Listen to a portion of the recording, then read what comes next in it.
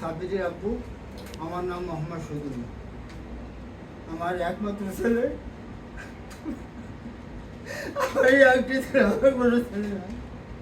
আমার ছেলে খুব কষ্ট করে খাবে। এসএসসি পরীক্ষা পদার্থ পরীক্ষা দিয়া আমার ছেলেটা বোনের বাড়ি চলে গেছে। আর বোনের বাড়ি আসা আমার বোনের বাড়ি দিয়ে শুক্রবার বলছে যে আমি ওকে তো মাথা কিনে নিই, সে বলে ফাঁকি দিয়া আমার ছেলেটা চলেছে। আমার ছেলেটা চলে আসার পর আমার ছেলেরা যখন চলে এসে আসার পর আমরা বারবার ফোন দিচ্ছি, আব্বা তুমি কোথায়, তুমি বাসায় চলে এসো, তুমি থাকো না, দেশের পরিস্থিতি ভালো না। কই যে আব্বা আমি আসবো, 5টার আগে আমি আসতে পারবো না। এবার আমরা বারবার ফোন করতেছিলাম, আর ছেলেরা আমি 5টার আগে আসতে পারবো না। তারপর আমি 6টার পরও আমি একবার ফোনে কথা বলছি, আব্বু তুমি বাসায় যাও, আব্বু তুমি বাসায় যাও, তুমি বাসায় যাও। আমার ছেলে কোনো বেকারে বাসায় যায় নাই। তারপর 6:30 পরে আমাকে ফোন গেছে যে আপনার নাম কি শহীদুল, আপনার ছেলে সাব্বির? যে হ্যাঁ আমার ছেলে সাব্বির। তখন আবার বলে যে আপনার ছেলে মারা গেছে। তখন আমি পাগলের মতো হইতে দৌড়ছি, কোথায় যাবো, কিভাবে যাবো, কোনো গাড়ি চলে না, কিছু চলে না, কোথায় যাবো। একজন মোটর সাইকেল আলা তার পা ধরে বলছে, ভাই তোমার বাপ লাগিস বাবা, আমার ছেলেটা মারা গেছে, আমরা কত টাকা হইতে।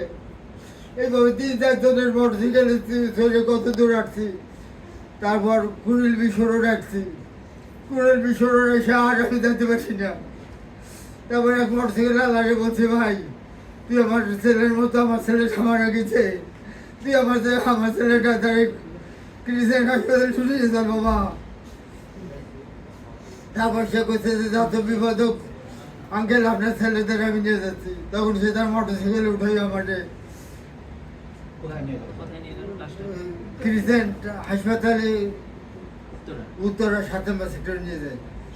তারপর ওখান দিয়ে গেলি, দেখি আমার ছেলের লাশটা সাদা চাদর দিয়ে ঢাকা। আমি বললাম যে চাদর দিয়ে একটু উঠে দেখি, কথা আপনার কি? আমি বলছি আমার ছেলে।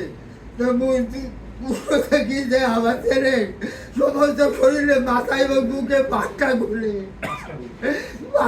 করছে আমার ছেলের মাথায় এবং বুকে।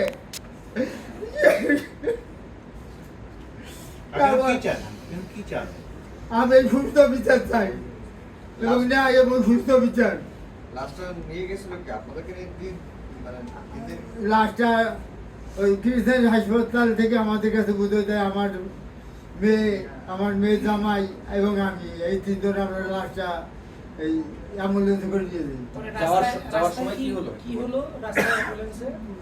আমরা যখন রাস্তা থেকে যাই তখন পথে এত বাধা সম্পূর্ণ হয়েছে, আমরা দরজা খুলে দিয়া ছেলে বলছি, ভাই লাশ, ভাই লাশ, ভাই আমাকে ছেড়ে দেন, ভাই আমার গরিতে লাশ, আমার গরিতে লাশ, এইভাবে ছেলে বলতেছিলাম। তারপর ছেলে বলছি বহুত বাধা কাটিয়া ওই ওই নাম কি সাইদাবাদের পার হয়ে এমনি আমাদের গাড়িটা একদম ভাঙ্গিয়া আওয়ামী লীগ, ছাত্রলীগ, ছাত্রদল, কৃষক লীগ এরা সবাই আমাকে অ্যাম্বুলেন্সে একদম ভাঙ্গে ফেলাই দেয়। আমার ছেলেটা পুরো শরীর কাছে ইটের টুকরো আমাদের গায়ে লাগে। আমার মেয়েটা দাঁড়ানি, আমার মেয়েটার বুকে একটা পাথর এসে লাগে। সেই সেই সেই অবস্থার ভিতর থেকে আমরা অনেক কষ্টে লাশটা বাড়ি নিয়ে যাই। তখন 3টা বাজে, তখন দেখি যে পুলিশ রাস্তায়, পুলিশ দাঁড়িয়ে আছে, চারদিকে পুলিশ আর পুলিশ। তারা বলতেছে যে লাশ এখনই দাফন করতে হবে, যদি আপনি লাশ না দাফন করেন তাহলে আমরা এই লাশ দিয়ে দেবো। তখন আমরা অন্য উপনেতাকে বললাম যে বাবা আমার একটা মাত্র ছেলে, আমরা গাড়িতে সকাল 10টার সময় পর্যন্ত সময় দাও, আমরা সকাল 10টার সময় লাশটা দাফন করবো। আমাদের কোনো কথা শুনলো না, সে আমাদের 3টার সময় লাশ এসে 40 মিনিট টাইম দিয়েছে, 40 মিনিটের ভিতরে আমরা লাশটা দাফন করতে বাধ্য হয়েছি, আমাদের লাশ নিয়ে যায়। কোনো পোস্টমর্টম বা কিছু হয়নি? না, পোস্টমর্টম হলে ক্রিসেন্ট হাসপাতাল থেকে ডেথ সার্টিফিকেট দিয়েছে, কি বলছে?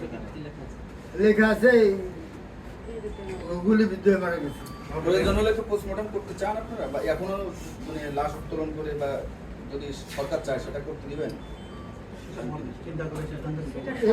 এরা সরকার যেটা ভালো মনে করে সেটা। ওকে ওকে। আচ্ছা, এই অভিযোগে কার কার নাম আছে একটু বলবেন? এই মামলা কারা কারা আসামি করতেন? এটা তো ওনারা উনি একজন লয়ার সাথে করে নিয়ে এসেছেন, যে সে একটা অভিযোগ নিয়ে এসেছে। আমরা নামগুলো দেখেন না, কার কার নাম অভিযোগ? আপনার অভিযোগ কাদের বিরুদ্ধে আপনি মানে সবার কাকে কাকে আসামি করেছেন? কয়জনকে? এই শেখ হাসিনা, স্বরাষ্ট্রমন্ত্রী আসাদুজ্জামান। আমার মায়ের বয়স 20 বছর। তো আগে পরীক্ষা দিছিল, পরীক্ষা দিয়ে ঢাকাতে দেশের থেকে ঢাকায় আসছিল আন্দোলনে যোগ দেওয়ার জন্য। মানে আমার আগে ফাঁকি দিয়ে ও বাসার থেকে বেরিয়ে গেছে।